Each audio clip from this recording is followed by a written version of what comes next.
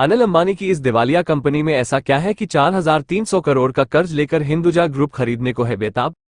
अनिल अंबानी भारी कर्ज के बोझ से दबे हैं, उनकी कंपनियां दिवालिया हो रही है। कंपनी पर करोड़ों का कर्ज है। अनिल अंबानी की दिवालिया कंपनी रिलायंस कैपिटल को खरीदार मिल गया है। हिंदुजा ग्रुप ने रिलायंस कैपिटल को खरीदने के लिए नीलामी जीत ली। 9,650 करोड़ रुपए की इस डील को पूरा करने के लिए हिंदुजा ग्रुप पैसे जुटाने की कोशिश कर रही है, लेकिन उसे बड़ा झटका लगा है। बैंकों ने उसे लोन देने से इनकार कर दिया। अनिल अंबानी की कंपनी खरीदने के लिए नहीं मिल रहा लोन। 4,300 करोड़ का कर्ज लेगी हिंदुजा समूह की कंपनी। अनिल अंबानी की कंपनी रिलायंस कैपिटल पर 40,000 करोड़ का कर्ज।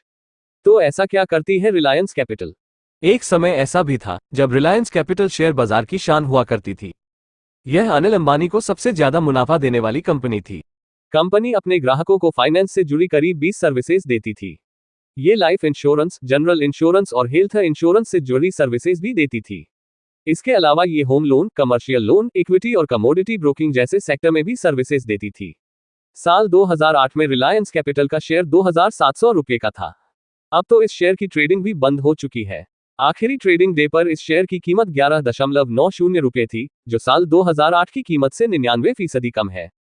लेकिन आगे की खबर पर बढ़ने से पहले चैनल को सब्सक्राइब करके बेल आइकॉन दबा दीजिए, क्योंकि यह आपके लिए 1 सेकंड का काम है, लेकिन इससे हमारी काफी बड़ी मदद होती है।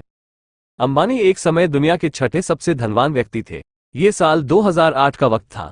अनिल अंबानी ने अमेरिका के वॉर्टन स्कूल से MBA की है। वे चर्चित उद्योगपति धीरूभाई अंबानी के छोटे पुत्र हैं। उन्होंने बॉलीवुड अभिनेत्री टीना मुनीम से शादी की और 2 साल तक राज्यसभा सदस्य रहे थे। धीरूभाई अंबानी को साल 1986 में दौरा पड़ने के बाद अनिल ने अपने पिता की देखरेख में रिलायंस के वित्तीय मामलों को संभाला था।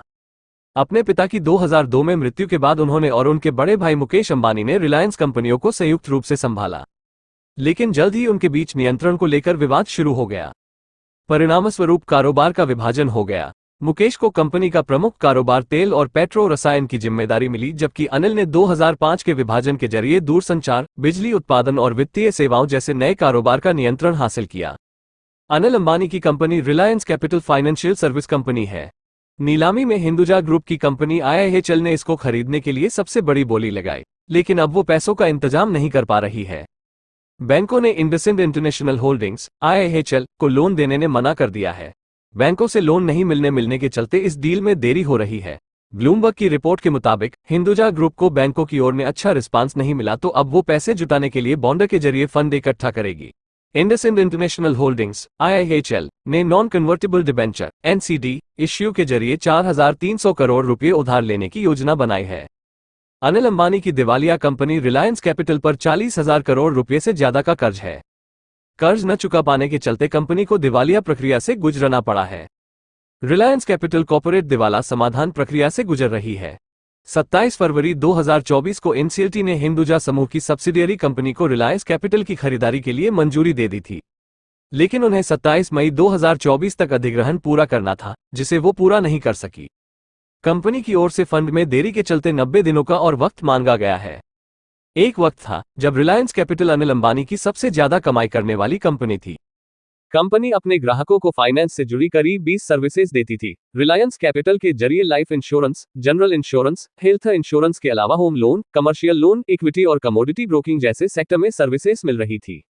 ये कंपनी शेयर बाजार की शान हुआ करती थी। साल 2008 में रिलायंस कैपिटल के शेयर 2,700 रुपये पर थे, लेकिन कर्ज के बोझ से ये ऐसी दबी कि अपने आखिरी ट्रेडिंग डे पर इस शेयर की कीमत 11.90 रुपये पर पहुंच गई थी। दिवालिया हो चुकी इस कंपनी के शेयर की ट्रेडिंग रोक दी गई। बाकी अगर कंटेंट पसंद आया है तो वीडियो को लाइक जरूर कीजिएगा, बिल्कुल भी मत जाइएगा और राय भी जरूर दीजिएगा। धन्यवाद। जय हिंद।